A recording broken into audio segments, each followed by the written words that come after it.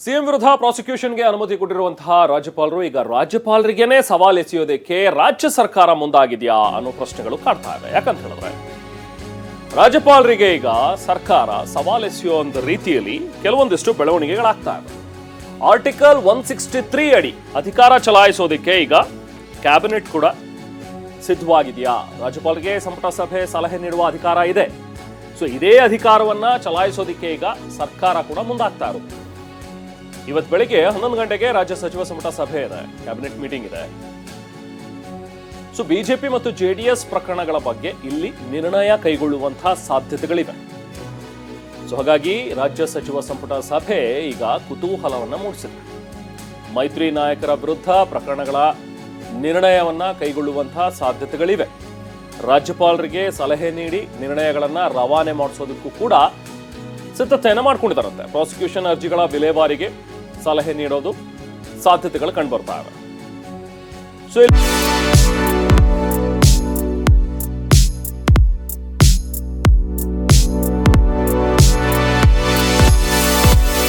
ಇಲ್ಲಿರುವಂತಹ ಎರಡು ವಿಚಾರ. ಒಂದು, ಸಿಎಂ ವಿರುದ್ಧ ಕೊಟ್ಟಿರುವಂತಹ ಪ್ರಾಸಿಕ್ಯೂಷನ್ ಅನುಮತಿ. ಸೊ ಅದ್ರ ಬಗ್ಗೆ ಏನಾದರೂ ಕ್ಯಾಬಿನೆಟ್ ನಲ್ಲಿ ನಿರ್ಣಯ ತೆಗೆದುಕೊಳ್ಳುವಂತಹ ಒಂದು ಸಾಧ್ಯತೆಗಳು ಇದೆಯಾ ಅನ್ನುವಂಥದ್ದು ಒಂದು ವಿಚಾರ. ಅದ್ರ ಬಗ್ಗೆ ಯಾವ ರೀತಿಯಾಗಿ ಚರ್ಚೆ ನಡೆಯುತ್ತೆ ಕ್ಯಾಬಿನೆಟ್ ನಲ್ಲಿ. ಇನ್ನೊಂದು, ಬಿಜೆಪಿ ಮತ್ತು ಜೆಡಿಎಸ್ ನ ಮುಖಂಡರುಗಳ ಮೇಲಿರುವಂತಹ ಕೆಲವೊಂದಷ್ಟು ಆರೋಪಗಳು, ಈಗಾಗಲೇ ಪ್ರಾಸಿಕ್ಯೂಷನ್ಗೆ ಅನುಮತಿ ಕೇಳಿ ಕೊಟ್ಟಿರುವಂತಹ ಒಂದು ಪತ್ರಗಳು, ಅದನ್ನೆಲ್ಲವನ್ನು ಕೂಡ ವಿಲೇವಾರಿ ಮಾಡುವಂತಹ ಒಂದು ನಿಟ್ಟಿನಲ್ಲಿ ಸಲಹೆ ಕೊಡೋದು. ಸೊ ಈ ಎರಡೂ ವಿಚಾರಗಳ ಬಗ್ಗೆ ಇವತ್ತು ಕ್ಯಾಬಿನೆಟ್ ನಲ್ಲಿ ಏನ್ ಚರ್ಚೆ ಆಗತ್ತೆ ಅನ್ನುವಂಥದ್ದು ಕುತೂಹಲಕರ.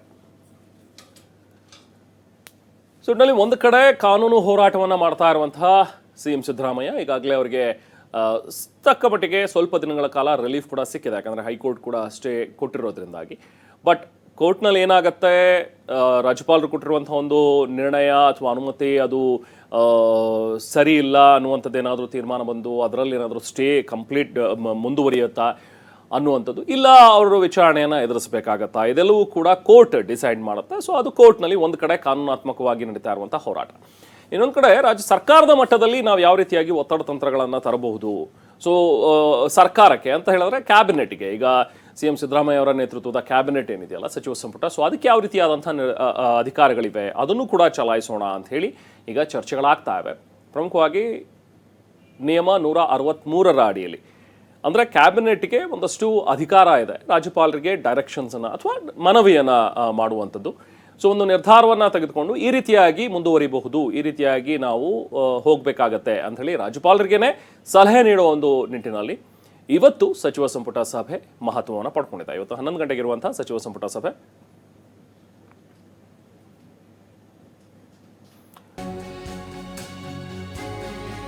ಇನ್ನು ಸಂಪುಟ ಸಭೆ ಬೆನ್ನಲ್ಲೇ ಶಾಸಕಾಂಗ ಸಭೆ ಕೂಡ ಇದೆ.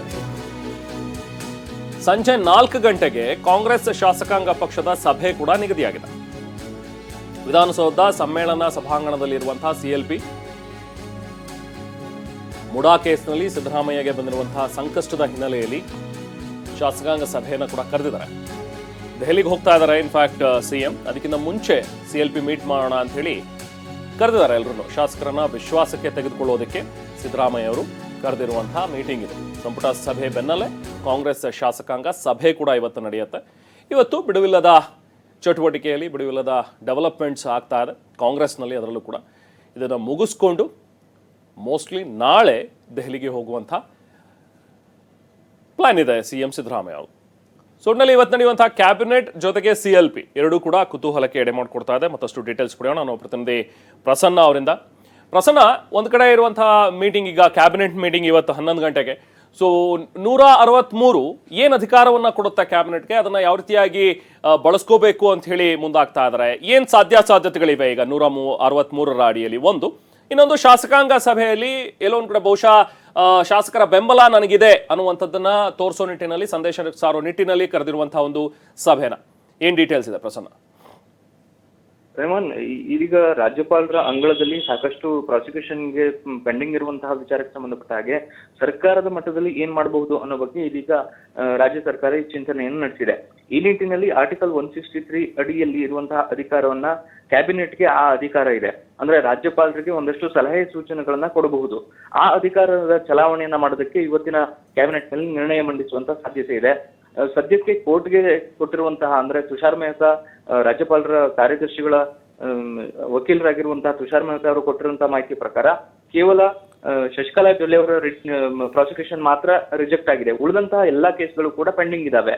ಈ ಕಾರಣಕ್ಕೋಸ್ಕರ ಆ ಒಂದು ಪ್ರಾಸಿಕ್ಯೂಷನ್ಗೆ ಕೊಡುವಂತಹ ವಿಚಾರಕ್ಕೆ ಸಂಬಂಧಪಟ್ಟ ಹಾಗೆ ರಾಜ್ಯಪಾಲರು ಅದನ್ನ ತೆಗೆದುಕೊಳ್ಬೇಕು ಅನ್ನುವಂತಹ ಒಂದು ನಿರ್ಣಯವನ್ನ ಸಚಿವ ಸಂಪುಟವನ್ನ ಆರ್ಟಿಕಲ್ 163 ಬಳಸಿಕೊಂಡು ಆ ಒಂದು ನಿರ್ಣಯವನ್ನ ಪಾಸ್ ಮಾಡೋದಕ್ಕೆ ಬಹುತೇಕ ಇವತ್ತು ಚರ್ಚೆ ಮಾಡುವಂತ ಸಾಧ್ಯತೆ ಇದೆ.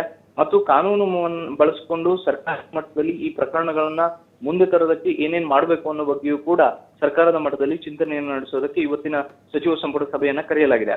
ಇದರ ಸಂಜೆ ಶಾಸಕಾಂಗ ಸಭೆಯನ್ನು ಕೂಡ ಕರೆಯಲಾಗಿದೆ. ಈ ಪ್ರಾಸಿಕ್ಯೂಷನ್ಗೆ ಕೊಟ್ಟ ಬಳಿಕ ಶಾಸಕರ ವಿಶ್ವಾಸ ಪಡೆಯುವಂತ ಪ್ರಯತ್ನಕ್ಕೆ ಸಿಎಂ ಸಿದ್ದರಾಮಯ್ಯನವರು ಮುಂದಾಗಿರಲಿಲ್ಲ. ಕೇವಲ ಕಾನೂನು ಹೋರಾಟಕ್ಕೆ ಸಂಬಂಧಪಟ್ಟ ಹಾಗೆ ಮಾತ್ರ ಬೆಳವಣಿಗೆಗಳು ನಡೀತಾ ಇದ್ವು. ಈ ಕಾರಣಕ್ಕೋಸ್ಕರ ಶಾಸಕರನ್ನು ಕೂಡ ವಿಶ್ವಾಸಕ್ಕೆ ಪಡೆಯಬೇಕು ಮತ್ತು ಹೈಕಮಾಂಡ್ಗೆ ಭೇಟಿಗೆ ತೆರಳುವುದಕ್ಕೆ ನಾಳೆ ದೆಹಲಿಗೆ ಹೋಗ್ತಾ ಇರುವಂತಹ ಸಿದ್ದರಾಮಯ್ಯನವರು ತಮಗೆ ಶಾಸಕರ ಬೆಂಬಲವೂ ಇದೆ ಅನ್ನುವಂಥದ್ದನ್ನ ಮನದಟ್ಟು ಮಾಡಿಕೊಳ್ಬೇಕು. ಶಾಸಕರಿಗೂ ಕೂಡ ಯಾವುದೇ ರೀತಿಯ ಕಾನೂನಾತ್ಮಕ ಹೋರಾಟದಲ್ಲಿ ಹಿನ್ನಡೆ ಅನುಭವಿಸೋದು ಬೇಡ ಅನ್ನುವಂತಹ ನಿಟ್ಟಿನಲ್ಲಿ ಇದೀಗ ಶಾಸಕರ ಮನವರಿಕೆ ಮಾಡಿ ಅವರಿಗೂ ಕೂಡ ವಿಶ್ವಾಸ ತುಂಬುವಂತ ಪ್ರಯತ್ನ ಮತ್ತು ಶಾಸಕರ ವಿಶ್ವಾಸವನ್ನ ತಾವು ಪಡೆಯುವಂತ ಪ್ರಯತ್ನವನ್ನ ಇವತ್ತು ಸಿಎಂ ಸಿದ್ದರಾಮಯ್ಯನವರು ಮಾಡ್ತಿದ್ದಾರೆ. ಈ ಕಾರಣಕ್ಕೋಸ್ಕರ ಇವತ್ತು ನಡೆಯುವಂತಹ ಸಚಿವ ಸಂಪುಟ ಸಭೆ ಅತ್ಯಂತ ಮಹತ್ವದ್ದಾಗುತ್ತೆ. ಆರ್ಟಿಕಲ್ 163 ಅಡಿಯಲ್ಲಿ ಬರುವಂತಹ ಒಂದು ಕ್ಯಾಬಿನೆಟ್ಗೆ ಇರುವಂತಹ ಅಧಿಕಾರವನ್ನ ರಾಜ್ಯಪಾಲರಿಗೆ ಮತ್ತೊಂದು ನಿರ್ಣಯವನ್ನ ಪಾಸ್ ಮಾಡಿ ಅದನ್ನ ರವಾನೆ ಮಾಡೋದಕ್ಕೂ ಕೂಡ ಚಿಂತನೆ ನಡೀತಾ ಇದೆ. ಇನ್ನೊಂದು ಕಡೆ ಶಾಸಕರ ವಿಶ್ವಾಸ ಪಡೆಯುವಂತಹ ನಿಟ್ಟಿನಲ್ಲೂ ಕೂಡ ಶಾಸಕಾಂಗ ಸಭೆ ಮಹತ್ವನ ಪಡೆದಿದೆ. Okay, thank you Prasanna.